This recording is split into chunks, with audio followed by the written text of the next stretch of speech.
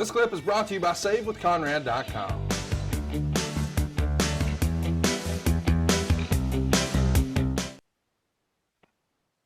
What a great line, too. Coming up next, as we're seeing this one wind down here, it's going to be part of the best of 7 series for the United States Championship. Magnum TA and Nikita Koloff. Wow. They're going to go 13 minutes and 34 seconds. And our man, referee Tommy Young, will be here. And this is one of the more iconic pieces of business that happened during this bash, the best of 7 series. And it's hard to believe that, man, just a few months after this, Magnum's life changed forever. In hindsight, how big of a blow to Jim Crockett promotion was Magnum going down, David? It's devastating. Yeah, he was the heir apparent, to the world championship, the world champion. That we were looking forward to him. Classic matches, with Rick and him, but it just didn't happen. So it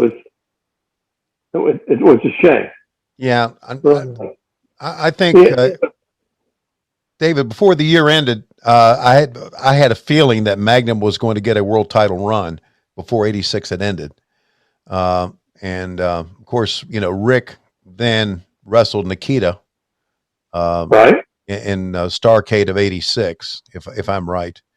Nikita kind of took his place, and I remember thinking, man, that should be Magnum, and that should be his chance of becoming the world champion that night. Right. But we were getting ready for that. We were sending Magnum out to the different areas, to right. Kansas City, to up in Oregon, right, to Texas, to get them used to Magnum. Right. And we would actually send somebody with him, if we didn't trust them. Right. So, yeah. Let's listen to these ring introductions. Nikita Koloff.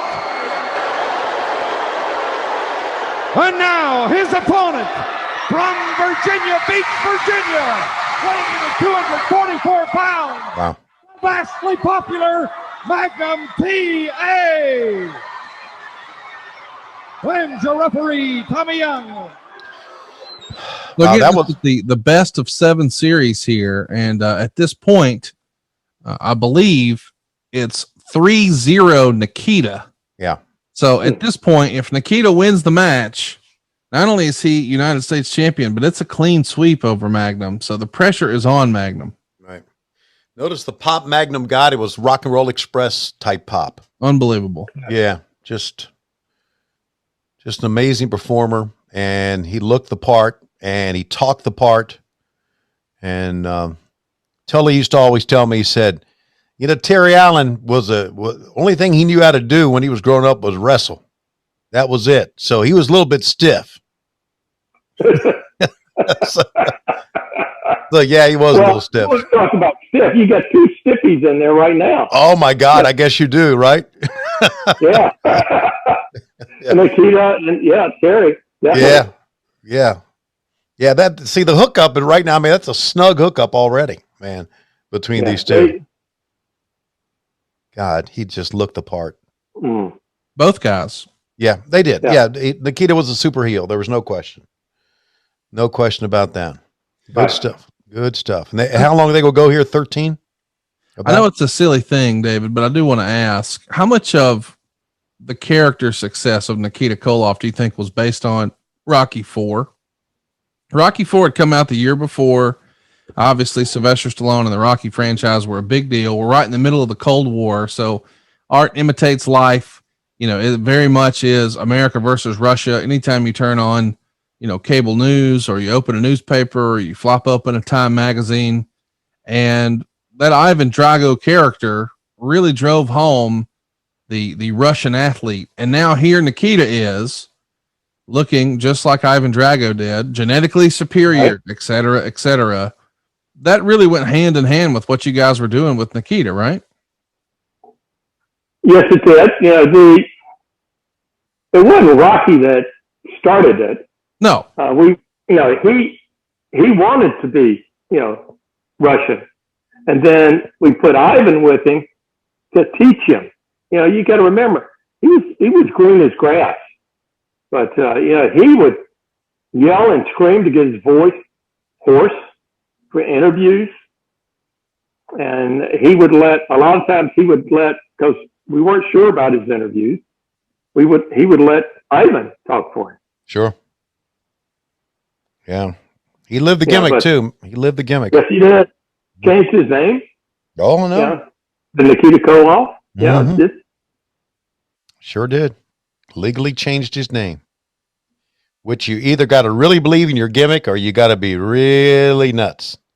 I don't know what the answer to that one is, but I mean, obviously Nikita has gone on to different things now. David, I want to ask you, when Jimmy passed away, obviously you and I talked. I called Frances, talked with her, and I called the great Charles Jackson Crockett and talked to him. And I haven't seen Jackie in a long, long time. Of course, fixture at ringside on the cameras. How's he doing? He has a walker. Really? He either uses the walker or a cane. Mm-hmm. His last checkup, he had a pretty good checkup. Uh-huh. He has non-Hodgkin's lymphoma. Okay. He's had that for a couple of years now. Right. But he's had a good checkup. His liver was giving him problems. Can't understand why.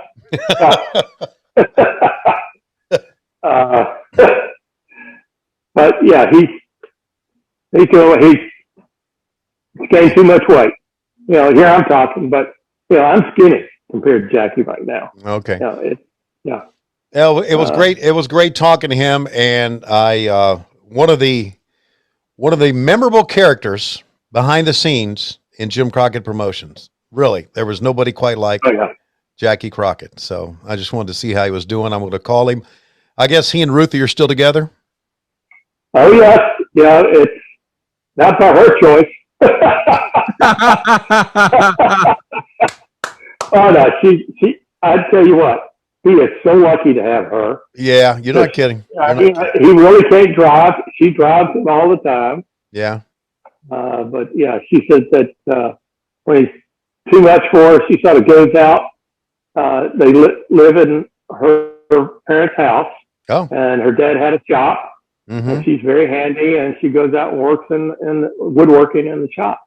Yeah, I know. That, or she makes salsa and blackberry jam. I know.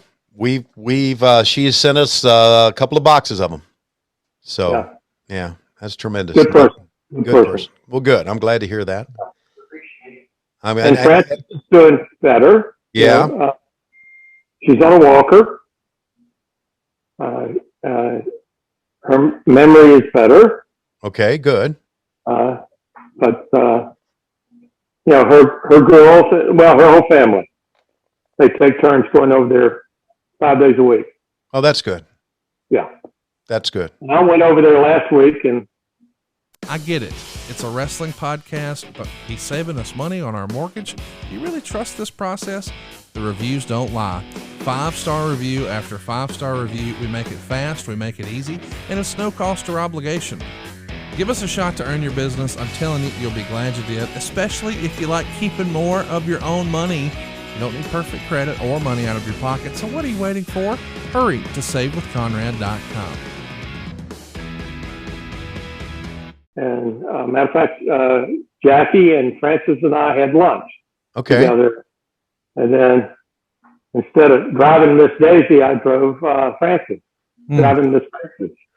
Huh. Took her about an hour and a half through Charlotte, and she's in her place. But yeah, it doesn't seem like that long ago, David. It really doesn't. When you go back and look at '86, and I think about the years of the ballpark, it just seems like it was yesterday in many ways. Mm. It really does. Yeah, they're having decent crowds, good crowds out at the ballpark. Yeah, they are. Good. Well, wasn't like the old wooden ballpark that we all remember. I can tell you that. That was a place, man. That was a great ballpark. Buster Sloan. Mm. Wow. Yeah. All right. So Magnum and Nikita, Nikita, I think, is trying to call a spot. Magnum's probably not listening to him. He's probably saying like, what the hell do you know? Yeah. But see, Magnum had that, not only his interviews had the fire, Conrad, his matches did too, man. Oh, yeah. Just everything. Yeah, just imagine what it would have been like if he hadn't had the accident. Yeah, I know. That's, Yep. Yep. It'd have been a hell of a run with him as the world champion. yes. And on past that, can you imagine eventually turning him heel? Yeah. That would have been interesting. I mean, it gets to the point where you really have to do that. I know. I get it. But you're talking years down the road. Right. Yeah. But, he kind of gave a heelish interview anyway. Yes, I mean, he never smiled. He always, had that scowl, and he always looked in the camera. He kind of had a look like Jake the Snake Roberts. They had different interviews, I know, the way they did their interviews, but they always kind of looked in the camera, had that serious look about him in the camera. And there we go. He comes up bleeding here. Yeah, he was great. And of course, Tommy Young was so good at what he did. Just, I often take a look at these matches, and if you've seen them enough, then you can just watch the reaction of the referees to some of the bumps and some of the things. And, just Tommy was, admittedly, Tommy was a different sort, but Tommy was, but Tommy was great, man. Yeah. Tommy's still with us, right? Oh yeah. Yeah. We had him at Starrcast, and we interviewed him, and we asked him one question, and 20 minutes later, we were able to ask a second question. Well, in fairness, that first question was about whacking off the Barbarian. Yeah. Did he admit it? No. Well, but Barbarian told the story word for word the way we had heard it. Yeah. So there was no denying. Nah, we talked to him mostly about his years in the ring, and Of course. he was a good guest. He was a good guest, wasn't he? Absolutely. Boy, look at Magnum, man. He's going for the deep cuts on this one. Mm-hmm. I guarantee he took a lot of aspirin. Yeah, I bet he did too. Yeah. And Flair used to say that he would drink a lot of coffee, that the coffee would get it going. Right. Would I guess caffeine maybe thin the blood? I don't know. Well, and speed it up. Speed it up. Okay. Yeah. Speed up the blood flow. Mm-hmm.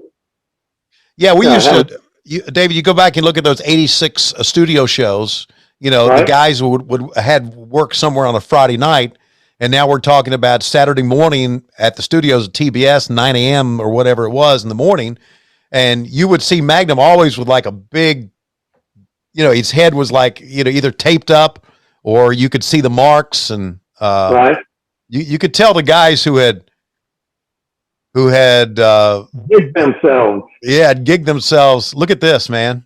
Man. That they see this is some serious stuff, man. Yeah. Crimson Mask. Yeah.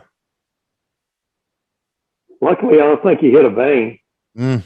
Something might it'd be squirting out. Yeah, I know. Wow. Look at that.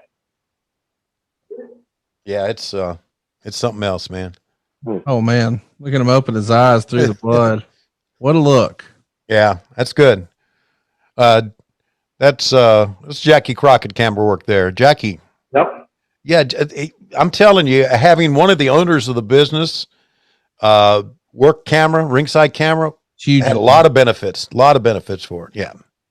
He knew what to look for. I always knew that he would do whatever is needed to get the shot. Right. And he could feel the rhythm of the match and the wrestlers knowing what they do. Right. That and fall right in. Yeah, you're right. And he knew when not to shoot too. He was smart about that. Yeah. So that was good stuff, man. Well, I mean, I can't believe we've talked this long and we haven't talked about David getting nailed with the Russian sickle. What a moment that was. One of the memorable moments. I can tell you that for me as your broadcast partner, one of the memorable moments I never will forget, especially when Toby Jenkins said to me, or said on the headset, okay, I remember you doing that interview, and I remember thinking, damn, David is, because you used to get on the heels anyway, but David is really picking up the steam here for some reason.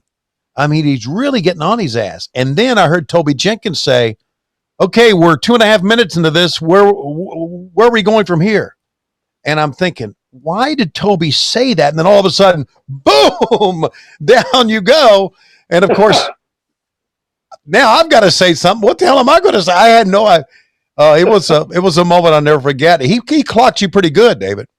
Yes, he did. Yeah, it was definitely a moment to remember. Yeah. And didn't you tell him to lay it in too? I mean, you told him you need to make it look good. Yeah. Oh, he said, don't worry. He said, this is the highlight of my career. He said, this is for all the bad payoffs, everything. He said, I can't give it to you, brother, but I can give it to you. Oh, man. Wow. Yeah. It might have been in Shelby. I'm not so sure. It might have been in Shelby, North. It was. Wasn't Shelby. Okay. How about that for a memory, Conrad? How about that? I mean, you don't remember shit about Steve Austin's career, but you know exactly what town it was. I know what town it was. We were on the stage up there at the old Armory, and David took the bump. Oh, it was memorable time, man. Memorable time. Oh, good. These guys are. I had to lay there and sort of take a count. Okay. Still have my teeth. That's good. Bones are all right. Yeah, a little sore. Head hurts a little bit. Yeah. But I think I'm all right.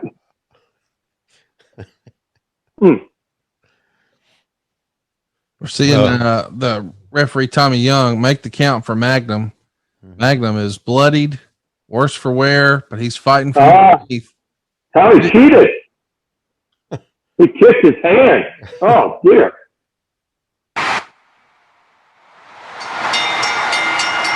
Wow. And the winner of match number 4, Magnum TA!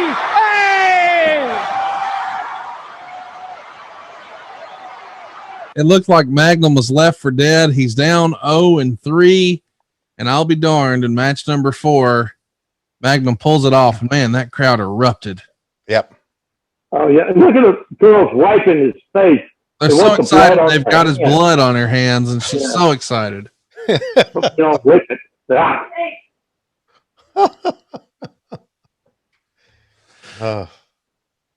Hey, it's Conrad Thompson. Thanks for checking out the podcast here on YouTube.